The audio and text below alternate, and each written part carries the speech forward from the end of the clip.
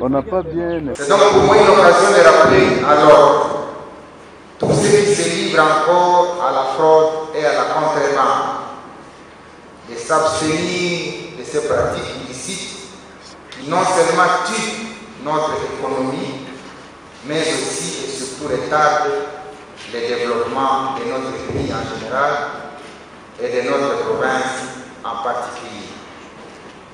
Pour tous ces contrevenants, la rigueur de la loi s'appliquera sur eux sans autre forme de procès. C'est pourquoi je demande aux organes de la loi de réprimer sévèrement les fauteurs en trouble pour que le Nord Kivu se classe parmi les meilleurs élèves de la lutte contre l'impunité. Le gouvernement provincial réitère son engagement à poursuivre non seulement l'assainissement du secteur des mines, mais aussi la mise en place des infrastructures de base en termes d'énergie, de transport et communication, en vue de la promotion du secteur. Je voudrais noter que ce travail nécessite également l'accompagnement des opérateurs miniers. Au regard des textes qui régissent actuellement ce secteur, les sociétés minières opérant en République démocratique du Congo sont appelées à intégrer dans leur pipeline les plans de développement social en termes de construction d'infrastructures de base. Je veux dire les écoles, les hôpitaux, les marchés, les routes, les adductions d'eau potable, etc. Pour celles qui le font déjà, elles bénéficient de tous nos encouragements et de tout notre accompagnement. Nous voyons ici devant nous 12 colis de minerais. Expliquez-nous comment ces colis sont arrivés ici avec un véhicule de la CNR. Ces minerais que vous voyez ici, autant que les véhicules de la CNR, ce sont des minerais de fraude et le véhicule a servi effectivement à faciliter la fraude. Je voudrais vous dire que ces derniers jours, nous sommes en train d'assister à différents cas de fraude et qui relèvent de la fourberie des acteurs concernés par la fraude, qui utilisent différentes ruses, différents moyens pour distraire la commission.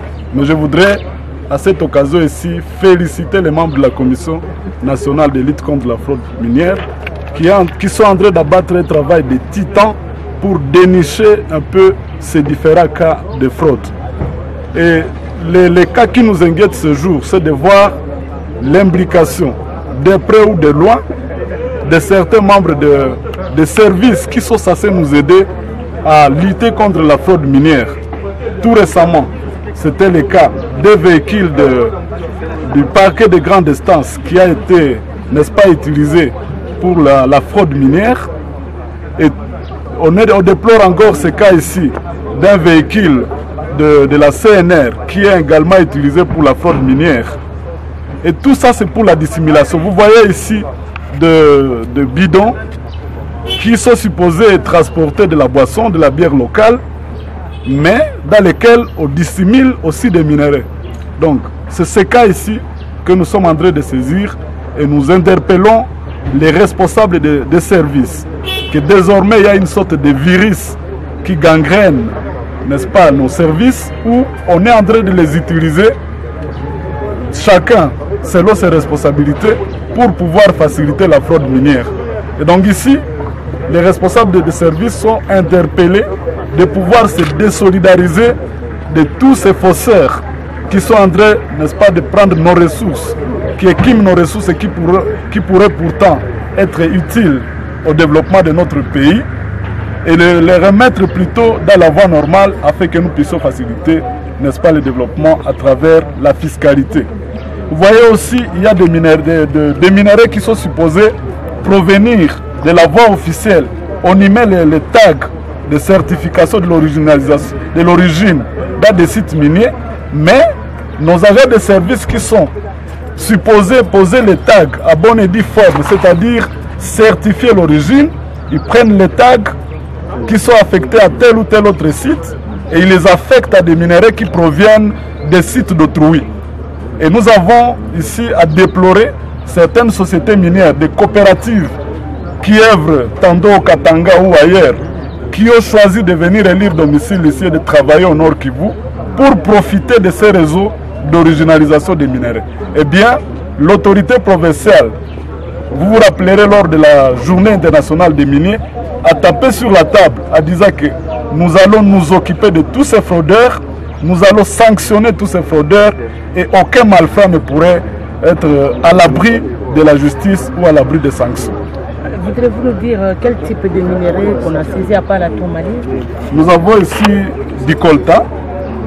Je crois qu'il y a d'autres cas qui concernent la cassitérite, mais principalement aujourd'hui, c'est du coltan que nous sommes en train que nous avons saisi. Et nous allons enquêter pour connaître finalement tous ces acteurs-là. Et la plupart ne sont pas à leur premier forfait. Nous avons ici des agents de service comme la CMP, un agent que nous avons eu dans un autre cas, mais il tombe dans la récidive, ce qui suppose que les réseaux marchent très très bien et nous allons faire en sorte qu'on puisse les démanteler. Ça peut faire combien de colis comme ça, évalué à quel montant? Nous ne savons pas déjà parce que le mandat, la valeur d'exportation proviendrait seulement des analyses.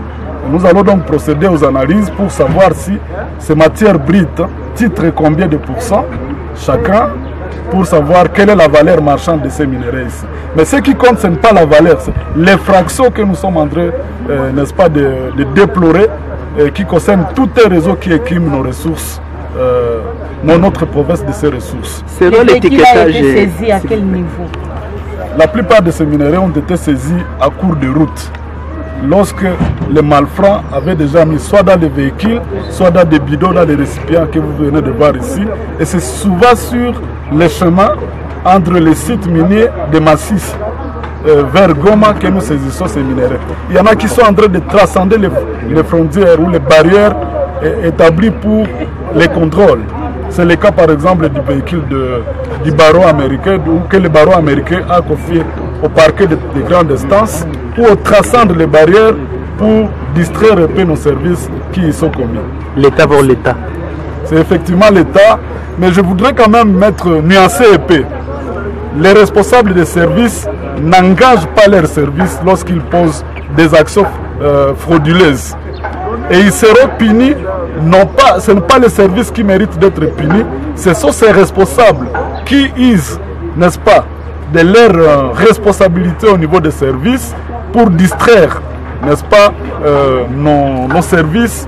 Et donc ils n'engagent pas les services, ils engagent leurs responsabilités individuelles et ils seront poursuivis comme individus et ils vont répondre de la loi. Et plus grave des circonstances aggravantes, lorsqu'ils sont supposés, à travers les responsabilités qui leur sont confiées au niveau des services, de pouvoir nous aider à juguler la fraude, ils essaient d'obstruer et de s'occuper de cette casquette-là pour ne pas obstruer les services afin de bénéficier des étiquettes qui sont affectées à des sites du Nord Kivu. Mais le réseau qui s'est établi, que nous appelons désormais originalisation, c'est un néologisme que nous avons eu à créer. Ce sont des étiquettes qui sont soit affectées dans tel site, mais qui sont utilisées pour étiqueter des minéraux volés de tel autre site, pour ainsi, n'est-ce pas, tromper la vigilance des responsables des services. Et donc ici nous avons des responsables de sites miniers ou des détenteurs de titres miniers qui sont en train de se plaindre au jour le jour que leurs minéraux sont volés. Mais maintenant ce sont des preuves éloquentes que les détenteurs de titres ont raison. Et nous allons essayer de remonter la filière à travers ces malfrats qui sont saisis pour savoir effectivement d'où proviennent ces minéraux et de ce fait remettre chacun dans ses droits et punir les malfrats qui sont en train de narguer l'État.